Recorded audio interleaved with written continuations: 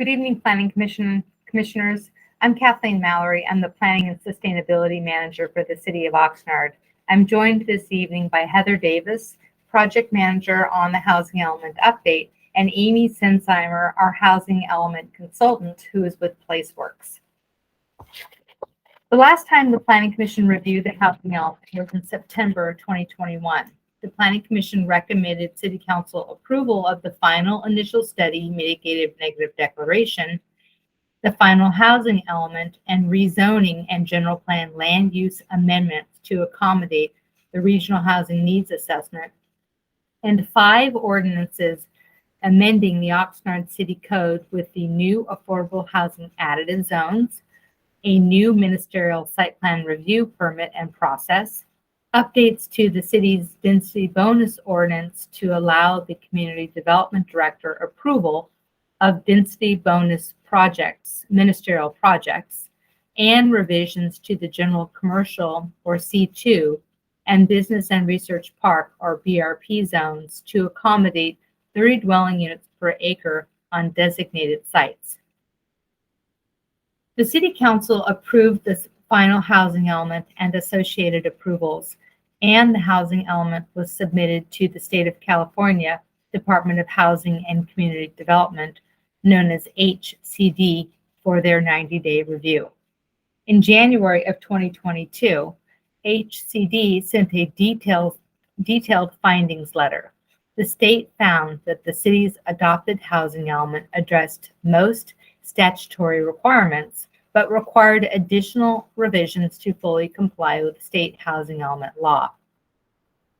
HCD requested more information on existing city programs and listed specific updates to programs in the housing element to comply with state and federal law. HCD met with city staff met with HCD staff 3 times for clarification on each of the HCD letter items. That process is very typical for HCD's review of housing elements. In May 2022, the conceptual amended housing element was submitted to HCD for review. The term conceptual was used for the May draft because the revisions are pending City Council approval. The conceptual draft incorporated the revisions from HCD and the public. This draft was also posted for public review before sending to HCD.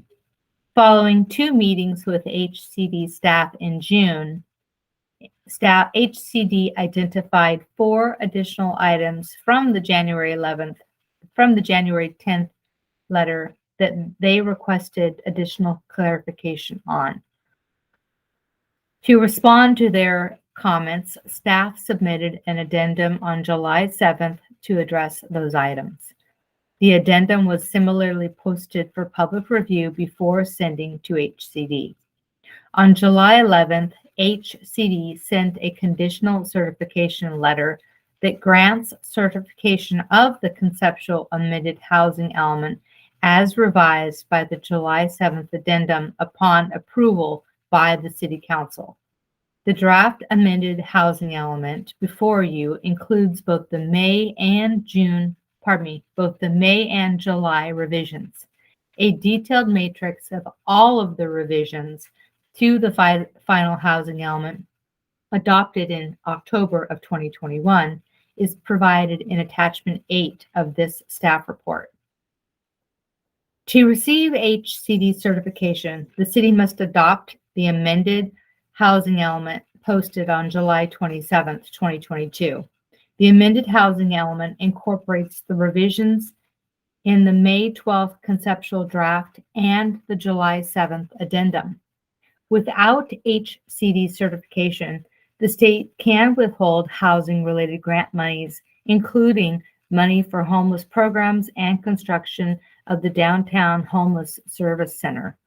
The state can also withhold gas tax money, a concept which is currently being discussed and proposed, and they can even litigate against the city for failure to comply with state housing law.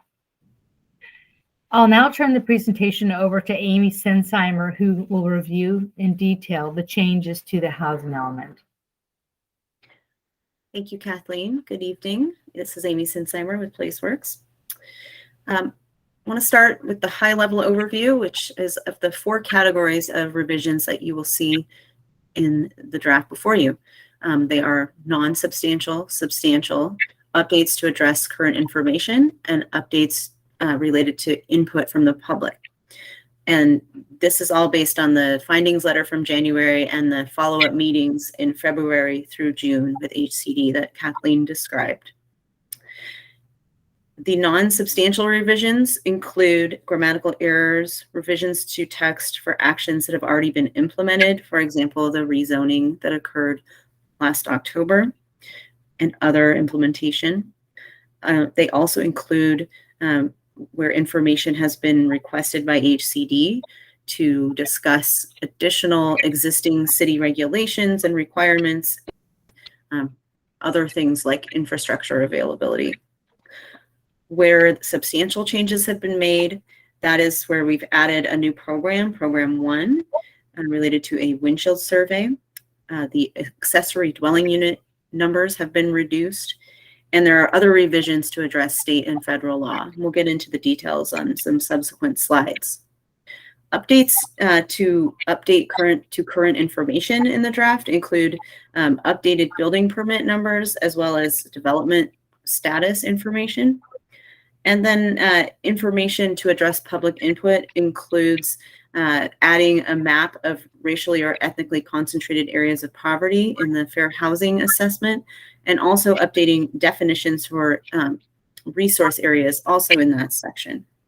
So the rest of this presentation will focus on the items that are identified as substantial changes. Next slide, please. So this slide provides an overview of changes that were made to address comments related to affirmatively furthering fair housing from the state. And these are all changes to the metrics, so the timing and the objectives in the programs in Chapter G. And that includes changes to Program 4, the Urban Village Program, the unit metric there. Program 6, which calls for multiple changes to the zoning, and that includes changes to how residential care facilities are allowed and employee housing. We also have changes to Program 11 metrics, and that's the home ownership assistance citywide, and that's related to number of households served. Similarly, Program 12, the mortgage credit certificate program, also the number of households served.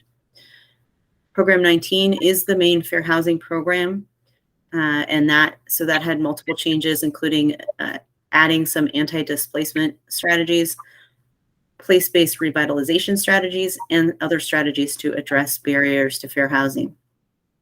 For Program 26, the metric for extremely low income units has been adjusted. Program 29, the city-owned sites and developer assistance program, the metrics for units have also been adjusted. And finally, Program 34, the pre-approved ADU program, also the metrics related to number of ADUs there. Next slide, please.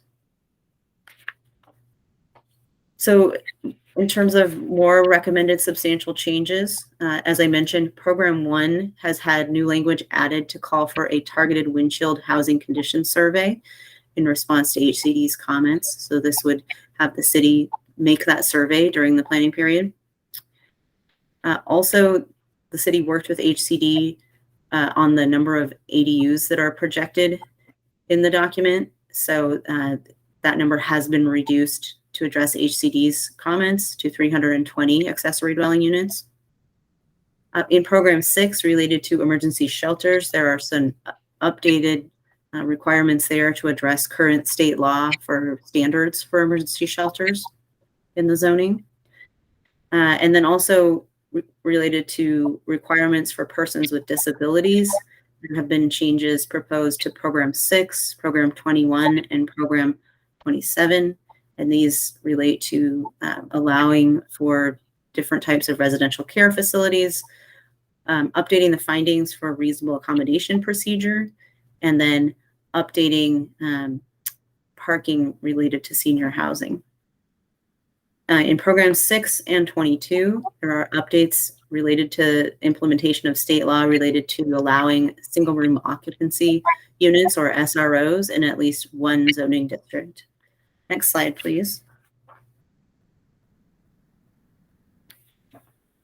So some of the updates made to address where the city is currently implementing their housing element, as I mentioned, as the changes that reflect the rezoning and changes to general plan land use that occurred last fall after the adopted housing element or final housing element came before you. So it's been updated to reflect those changes. The site plan review and additive zone objective standards that were also approved last October have been added in the housing element. The building permits and certificates of occupancy between June 30th, 2021 and February 28th, 2022 have been added. And code compliance data through March 2022 has also been added. Supplement 1 is where the detailed descriptions of the sites relied upon in the housing element lives. And so that has been updated as needed with descriptions of projects that are happening on some of the sites, entitlement status, and whether the site is vacant or not, and some changes to parcels. Next slide, please. So as a result of public input since last October, some changes have also been made, and that includes the addition of the map of racially or ethnically concentrated areas of property, and that is figure B12, so that's been added into the fair housing section. Those were already described in the element, but now there is a map as well. The city did adopt just cause eviction ordinance and a rent stabilization ordinance in May of 2022. So that information has been added into the draft to describe those ordinances. And definitions for the tax credit allocation committee resource areas, which are relied upon in the fair housing assessment, have also been added to that section. And I am going to hand it back over to Kathleen. Thank you, Amy.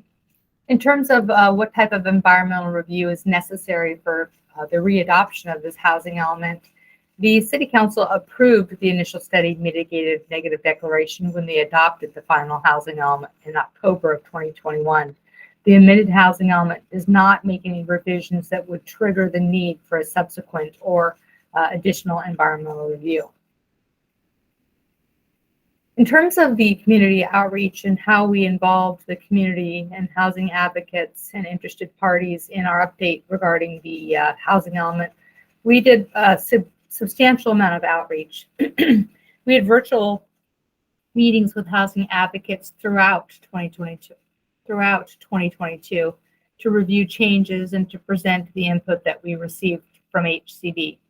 We also posted the city's housing element update on our website, and we notified any interested party that had been involved in the process, those that were involved in the May as well as the July addendum process, as well as back with the commission's action in September of 2021 and October 2021. Anybody who expressed interest or asked to be involved received correspondence regarding the issues, and we posted the letter that we received, the two letters that we received from HCD. We posted them on our website and made them available to any interested party, along with any staff report that we prepared. We also hosted drop-in hours for the public to ask questions about the housing element update. We had one housing advocate participate, and she noted a few minor typographic errors and word choices that we've have attached, that we have noted, and we'll be addressing those minor elements. You can follow that at the end of attachment 8. We also published this notice of public hearing in the Ventura County Beta newspaper. And since writing of this staff report and recording this presentation, we've had no additional public input regarding the housing element, which was posted on our website on July 22nd this year. With that, staff's recommendation is that the Planning Commission receive a presentation, and which is what you're receiving here on this draft amended City of Oxnard 6th cycle housing element, open the public hearing and receive public input on the document, and then finally adopt a resolution recommending City Council approval of this draft amended City of Oxnard 6th cycle 2021 through 2029 housing element as Chapter 8 within the city's 2030 general plan. With that, that concludes our presentation, and we're available to answer any questions.